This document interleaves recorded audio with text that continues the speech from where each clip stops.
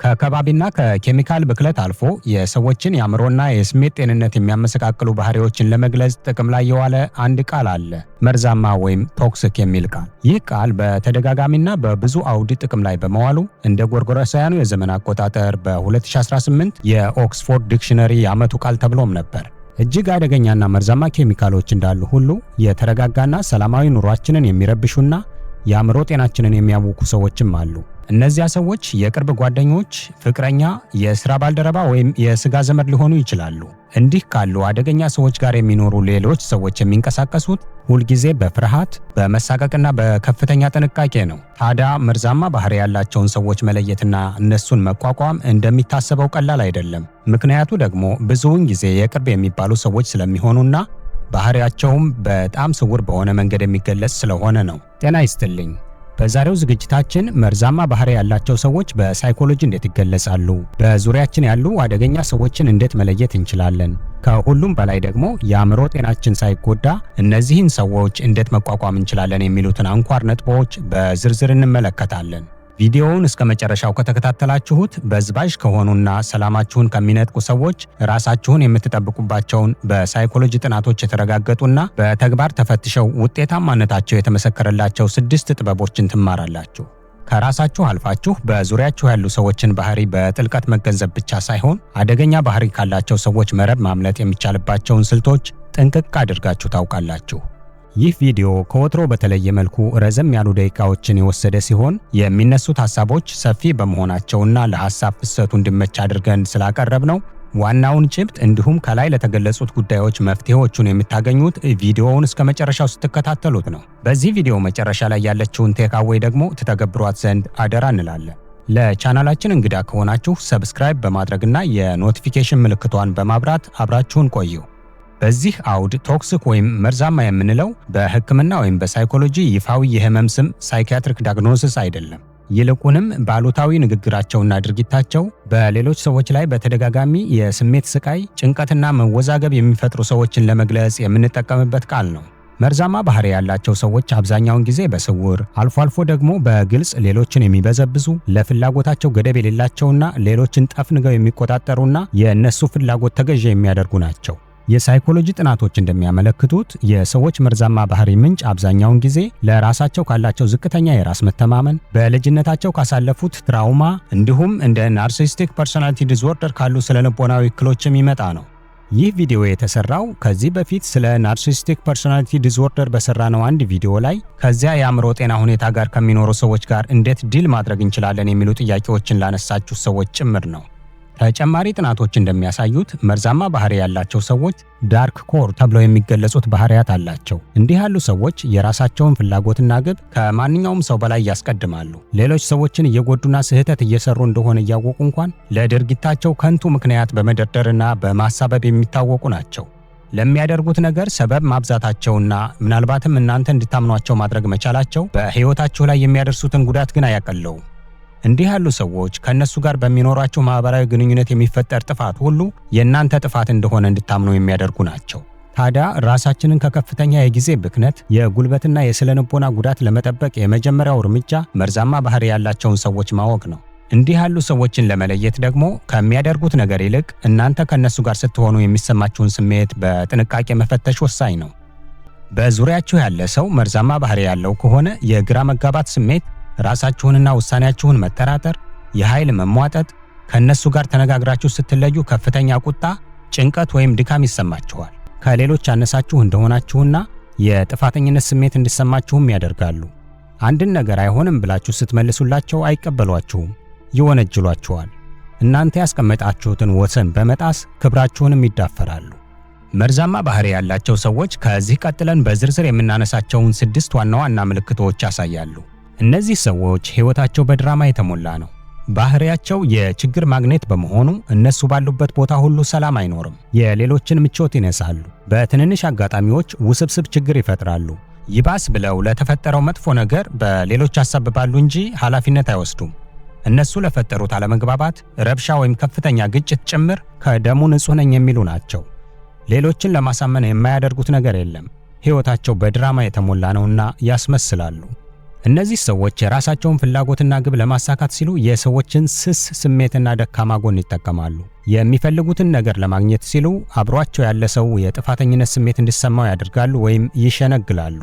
ለዚህ አንድ ምሳሌ እንመልከት። አንድ የቅርብ ጓደኛችሁ የሆነ ነገር እንድትሰጡት ጠየቃችሁ እንበል። እናንተ ደግሞ ያንን ማድረግ አልፈለጋችሁም። እናንተ እምቢ ስትሉት በቀጥታ ከመናገር ይልቅ ችግር የለውም፣ እኔ እኮ ላንተ የዋልኩልህን ውለታ አስቤ ነበር፣ ለካ ለኔ ያለህ ቦታ ይህ ነው በማለት የጥፋተኝነት ስሜት እንዲሰማችሁና እሺ እንድትሉት ያደርጋችኋል። አብዛኛውን ጊዜ ይህን ባህሪያቸውን የምታስተውሉት በሌሎች ሰዎች ላይ ሲፈጽሙት ስታዩ እንጂ እናንተ ላይ ሲደርስ ልብ አትሉትም። መርዛማ ባህሪ ያላቸው ሰዎች የራሳቸውን ጉድለትና ዝቅተኛ በራስ የመተማመን ስሜት ለመሸፈን ሌሎችን ይነቅፋሉ። የሰዎችን አሰራር፣ አለባበስ፣ ውሳኔና የህይወት መርህ ሁልጊዜ ያናንቃሉ። ሰፖርቲቭ ከመሆን ይልቅ ሰዎችን ጀጅ ማድረግ ይቀናቸዋል። አንድ ጓደኛቸው ተሳክቶለት የሚወደውንና ለዘመናት የተመኘውን ሥራ ሲጀምር አብሮ ከመደሰት ይልቅ አሁን ይህንን ሥራ አገኘው ብሎ ነው፣ ከ6 ወር በላይ እኮ አይቆይም፣ ደሞዙም የሚረባ አይደለም በማለት የሚያናንቁ አይነት ናቸው። የሰዎችን ደስታ ሆነ ብለው ያበላሻሉ።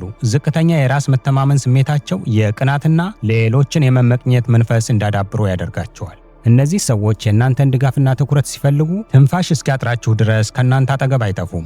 ጊዜና ጉልበታችሁን በሙሉ ይፈልጋሉ። ነገር ግን እናንተ የሆነ ነገር ቸግሯችሁ እርዳታቸው ሲያስፈልጋችሁ የት እንደገቡ አይታወቅም። ሰበብ ፈጥረው ይሰወራሉ። ከእናንተ የሚፈልጉት ጥቅም ሲኖር ብቻ ከእናንተ ጋር ይሆናሉ እንጂ በምትፈልጓቸው ጊዜ አይገኙም። ይህንን በቀላል ምሳሌ እንመልከተው። አንድ ጓደኛችሁ ችግር ውስጥ ሲወድቅ በማይመቻችሁ ሰዓት ቢሆንም እንኳ ሲደውልላችሁ ጊዜ ሰጥታችሁ ታዳምጡታላችሁ። በአካል አግኝታችሁትም በምትችሉት ልክ ትደግፉታላችሁ። መፍትሄ ይሆነዋል የምትሉትንም ሐሳብ በቅንነት ትለግሱታላችሁ። ነገር ግን እናንተ ከባድ ቀን አሳልፋችሁ እሱን ማናገር ሲያስፈልጋችሁ ሰበብ ፈጥሮ ይጠፋል። መልእክት ብትልኩለትና ቢደርሰውም እንኳን ባላየ ያልፈዋል።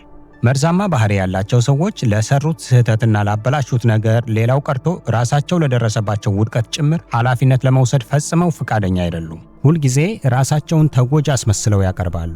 ለእነሱ ጥፋተኛው ሁልጊዜም ቢሆን ሌላ ሰው ነው። በሥራ ቦታቸው አንድ ፕሮጀክት ቢበላሽና ስህተቱ የእነሱ መሆኑ ቢታወቅ እንኳ በሥራ ባልደረባቸው ወይም በኃላፊያቸው ያሳብባሉ እንጂ እነሱ ስህተት እንደሰሩ አምነው ይቅርታ አይጠይቁም። መርዛማ አዎንታዊነት ወይም ቶክሲክ ፖዚቲቪቲ ሌላው መገለጫቸው ነው።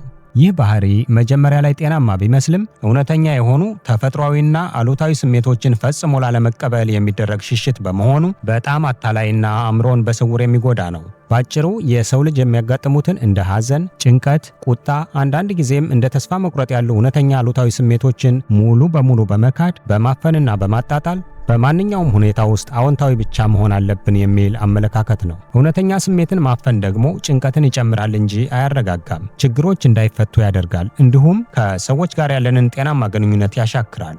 መርዛማ አዎንታዊነት ባህሪ ያላቸው ሰዎች የሌሎችን ሐዘን፣ ጭንቀት ወይም እውነተኛ ህመም ያቃልላሉ።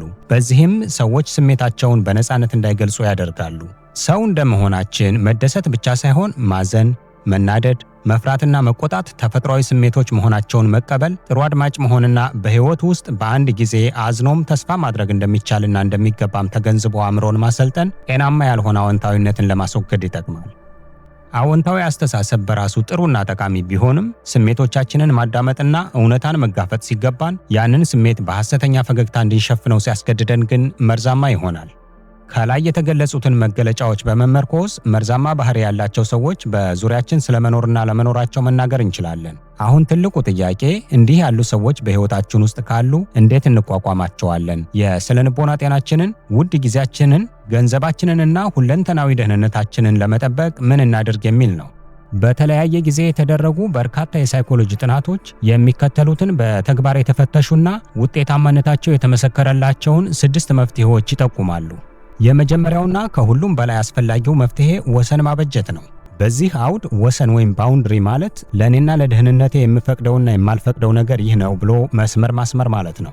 ይህ የኔ ቀይ መስመር ነው፣ አትዳፈሩ፣ ልካችሁን አትለፉ ብለን ከሌሎች ሰዎች ጋር ላለን ግንኙነት የምናስቀምጠው ገደብ ነው። ትልቁ ፈተና ግን ወሰን ስታበጁ የሚመጣው የጥፋተኝነት ስሜት ነው። መርዛማ ሰዎች ወሰን ስታበጁባቸው ራስ ወዳድ ነህ፣ ተቀይረሃል ወይም አትወደኝም በማለት አእምሯችሁን ያወዛግቡታል። ወሰን ማበጀት ግን ሰልፊሽ መሆን ሳይሆን ለራሳችሁ ሕይወት ክብር ያላችሁ መሆኑን የሚያስረግጥ ትልቅ አቅም ነው። ሌላው ከሌሎች ሰዎች ጋር በሚኖረን ግንኙነቱ ውስጥ ወሰን እንዳናበጅ የሚያደርገን ነገር ደግሞ ተገቢ ያልሆነ ይሉኝታ ነው። ነገር ግን ሰላማችን እንዲጠበቅ ካስፈለገ ለሌሎች የምንፈቅደውንና የማንፈቅደውን ነገር በግልጽ ማስቀመጥ የተገባ ነው። አንደኛው ወገን የቱንም ያህል ዋጋ ቢከፍል፣ ሌላኛው በዝባዥ ከሆነ ግንኙነቱ አንድ ቀን መበላሸቱ አይቀሬ ነው። ለዛም ነው በተቻለ ፍጥነት የራስን ወሰን ማበጀትና ከእንደዚህ አይነት ሰዎች መራቅ የሚያስፈልገው።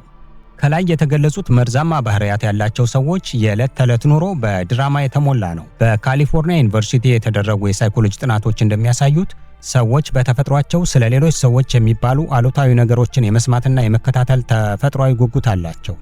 ይህ በሳይኮሎጂ ኔጌቲቪቲ ቢያዝ ይባላል። አደገኛ ባህሪ ያላቸው ሰዎች ታዲያ ይህንን የሰዎችን ተፈጥሯዊ ጉጉት በመጠቀም ነው ወደ ድራማቸው የሚስቡን። ወደ ድራማቸው ከተሳብንና ትኩረታችንን ካገኙ ደግሞ ሳናስበው ተገቢ ከሆነው ልክ በላይ የእነሱን ችግር ለመፍታት በከንቱ እንደክማለን። አንዳንድም የእነሱን ድራማዊ ምስቅልቅል ኑሮ ከራሳችን ሕይወት ጋር እንድንቀላቅለው ሊያደርገን ይችላል።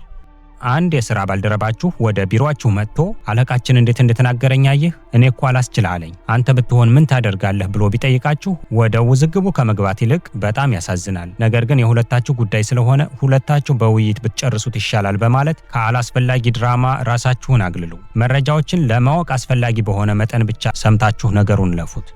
ሆነ ብለው ሌሎችን የሚጎዳ ድርጊት የሚያደርጉ እንዳሉ ሁሉ በአንዳንድ አጋጣሚዎች ግን መርዛማ ባህሪ የሚያሳዩ ሰዎች ያ የሚያደርጉት ድርጊት የእናንተን ስሜት እየጎዳ እንደሆነ በእርግጥም ላያውቁ ይችላሉ። የብሪቲሽ ጆርናል ኦፍ ሳይኮሎጂ ጥናቶች እንደሚያሳዩት እንዲህ ባለ ሁኔታ ውስጥ ስትሆኑ ግልጽና ስሜትን ያማከለ ውይይት አሰርቲቭ ኮሚኒኬሽን አላስፈላጊ ውጥረቶችን ይቀንሳል። ነገር ግን ግለሰቡ የስብዕና እክል ፐርሶናሊቲ ዲስኦርደር ወይም ሌላ ያልታከመ የአእምሮ ጤና ችግር ካለበት ውይይት ውጤታማ ላይ ያደርገን ይችላል። በዛ ጊዜ የአእምሮ ጤና ባለሙያ ጋር እንዲሄዱ ማበረታታት የተሻለው መንገድ ነው። አሁን ደግሞ በጣም አደገኛና አብዛኞቻችን በፍቅር ወይም በደግነት ስም ተጠልፈን የምንወድቅበትን ትልቁን ወጥመድ እንፈትሸው። አንድን ችግር ውስጥ ያለን ሰው ለመርዳትና ይበጃል የምንለውን ድጋፍ ለመስጠት መፈለግ የጤነኛ ሰው ተፈጥሮ ነው። ነገር ግን መርዛማ ባህሪ ያላቸው ሰዎች ጋር ተጣብቆ ለመርዳት መሞከር ትርጉም አልባና የማያልቅ የድካም አዙሪት ውስጥ ይከተናል። መርዛማ ባህሪ የተጣባቸውን ሰዎች እረዳለሁ ብላችሁ በበጎነት ስትደክሙ እነሱ አይሰሟችሁም፣ አይቀየሩምም። እናንተ ግን በሂደት የስሜት ጥንካሬያችሁ፣ ጊዜያችሁና የአእምሮ እምቅ አቅማችሁ ተሟጦ ባዶአችሁን ትቀራላችሁ። ከዚህ አልፎም እናንተን ለጤና እክል ሊዳርጋችሁ ይችላል። ይህንን እውነታ ፍንትው አድርጎ የሚገልጽ በሳይኮሎጂ ጥናት የተረጋገጠ አንድ መራራ እውነት አለ። አንድ ሰው ራሱን ለመቀየር የራሱ ፍላጎትና ውሳኔ ከሌለ በቀር ማንኛውም ሰው ሊቀይረውና ሊያስተካክለው አይችልም። ስለዚህ እናንተን ራሳችሁን ችግር ውስጥ የሚከት የሌሎች ሰዎችን ድራማ የራሳችሁ የቤት ሥራ ማድረጉን ገታ ማድረግ ይበጃል። ርህራሄና ለሰዎች ኑሮ መሻሻል ሊደረግ የሚገባው ድጋፍም ልክ አለው ለማለት ነው። አምስተኛውና በጣም ተግባራዊው መፍትሄ ከአንድ መርዛማ ባህሪ ያለው ሰው ጋር የሚኖራችሁን ግንኙነት ከተቻለ ሙሉ በሙሉ ማቋረጥ፣ ያ ካልሆነ ደግሞ መገደብ ነው። በስነ ልቦና ጥናቶች መሰረት የስሜት ተላላፊነት ኢሞሽናል ኮንቴጂየን የሚባል ጽንሰ ሐሳብ አለ። ይህም ማለት የሰዎች ስሜትና አመለካከት ልክ እንደ ቫይረስ ከአንድ ሰው ወደ ሌላ ሰው ተላላፊ ነው እንደማለት ነው። ከአሉታዊና አደገኛ ባህሪ ካላቸው ሰዎች ጋር አብራችሁ በቆያችሁ ቁጥር ሳታስተውሉት የዚያን ሰው ጭንቀት፣ ቁጣና ብስጭት በአጠቃላይም የዚያን ሰው ባህሪ ትወርሳላችሁ። ከላይ እንደገለጽነው ከመሰል ሰዎች ጋር ያለንን ግንኙነት ሙሉ በሙሉ ማቋረጥ ተገቢ ውሳኔ ነው። ነገር ግን እነዚያ ሰዎች የቅርብ ዘመድ፣ የሥራ ባልደረባ ወይም አብራችሁ ልጅ የምታሳድጉ ከሆነ ግንኙነቱን ሙሉ በሙሉ ማቋረጥ የማይቻል ሊሆን ይችላል። በዚያ ጊዜ መፍትሄው ግንኙነቱን ለአስፈላጊ ነገሮች ብቻ በመወሰን ከእነሱ ጋር ላላችሁ ግንኙነት የጊዜና የቦታ ወሰን ማበጀት ነው። ስድስተኛውና ከሁሉም በላይ ውስጣዊ ሰላም የሚሰጣችሁ መፍትሄ ደግሞ ራሳችሁን በከንቱ የመውቀስ አባዜን ማቆም ነው። መርዛማ ባህሪ ያላቸው ሰዎች በሳይኮሎጂ ፕሮጀክሽን ተብሎ የሚጠራውን በጣም አደገኛ ስልት ይጠቀማሉ። ይህ ስልት የራስን ጉድለት በሌላው ላይ ማላከክ ነው። በውስጣቸው ያለውን የበታችነት ስሜት፣ ውድቀትና ቁጣ ይደብቃሉ። ለድክመታቸው ሁሉ ምክንያቶቹ እናንተ እንደሆናችሁ እንዲሰማችሁ በማድረግ የጥፋተኝነት ስሜት ይጭኑባችኋል። ይህንን ሲያደርጉ ታዲያ በንግግራቸው ለስላሳ ስለሚሆኑ ራሳችሁን እስክትጠራጠሩ ድረስ ያሳምኗችኋል። እናንተ ደግሞ ደግና ርኅሩህ ሰዎች ከሆናችሁ እውነት ሊሆን ይችላል እኮ ጥፋተኛው እኔ ልሆን ይችላለሁ እኮ እያላችሁ የእነሱን ጥፋት በራሳችሁ ላይ ትጭናላችሁ። ይህ ግን ትልቅ ስህተት ነው። ለራሳችሁ ካልሆነ በቀር ለሌላ ሰው ጥፋት ራሳችሁን ተጠያቂ አታድርጉ። ቆራጥ ስትሆኑና ራሳችሁን መውቀስ ስታቆሙ በእነዚያ ሰዎች የሚደርስባችሁ ሁለንተናዊ ብዝበዛ እዚያ ላይ ያበቃል። ለማጠቃለል ያህል አንድ ሰው ለምን እንደዚህ አይነት ባህሪ እንደሚያሳይ መገንዘባችሁ ሁኔታውን በጤናማ መንገድ አልፋችሁ እንድትሄዱ ያግዛችኋል። መርዛማ ባህሪ ያላቸውን ሰዎች ለይታችሁ ማወቃችሁ፣ ወሰን ማስመራችሁና ከነሱ ራሳችሁን መጠበቃችሁ እንደሚባለው ሰልፊሽ መሆን አይደለም። ይህንን ማድረጋችሁ ለራሳችሁ ያላችሁን ክብርና የአእምሮ ጤናችሁን የምትጠብቁበት ሁነኛ መርህ ተደርጎ ነው መታየት ያለበት። እናንተስ ከላይ የተገለጹት ባህሪዎች ያለው ሰው አጋጥሟችሁ ያውቃል? እሱን ለመቋቋም የትኛውን ስልት ተጠቀማችሁ ወይም ለመጠቀም አስባችኋል? አስተያየታችሁን በኮሜንት ቦክስ ውስጥ ልትጽፉልን ትችላላችሁ። በመጨረሻም አንድ ቴካዌይ፣ የሳይኮሎጂና የኒውሮሳይንስ ጥናቶች እንደሚያሳዩት መርዛማ ባህሪ ያለው ሰው ለሚጠይቀን ተገቢ ያልሆነ ጥያቄ አይሆንም ብለን ስንመልስና ወሰን ስናበጅ አእምሯችን ውስጥ የጥፋተኝነት ስሜት የሚፈጠረው እኛ ጥፋተኛ ስለሆንን አይደለም። ይልቁንስ አእምሯችን ሁልጊዜ ሰዎችን የማስደሰት ልማድ ስለነበረው ያንን ልማድ ሲተው የሚፈጠር ጊዜያዊ የስሜት ህመም ነው። ስለዚህ ወሰን ስታበጁ የሚሰማችሁ የጥፋተኝነት ስሜት የእናንተ ስህተት ሳይሆን አእምሯችሁ ራሱን ማከም ሲጀምር የሚያሳየው ጤናማ የሆነ ምልክት ነው። ከዚህ ዝግጅት ቁም ነገር እንደጨበጣችሁ በመተማመን የዛሬውን እዚህ ላይ እንቋጨዋለን። በሳይኮሎጂና ተያያዥ ጉዳዮች ዙሪያ ጠቃሚ ዝግጅቶችን ማቅረባችንን እንቀጥላለን። ታዲያ ይህንን ዓላማችንን ከወደዳችሁ ቻናሉን ሰብስክራይብ፣ ቪዲዮውን ላይክ እና ሌሎች ሰዎች እንዲጠቀሙበት ደግሞ ሼር አድርጉት። አብራችሁን ስላላችሁ ከልብ እናመሰግናለን። በሌላ ዝግጅት እስከምንገናኝ ሰላም።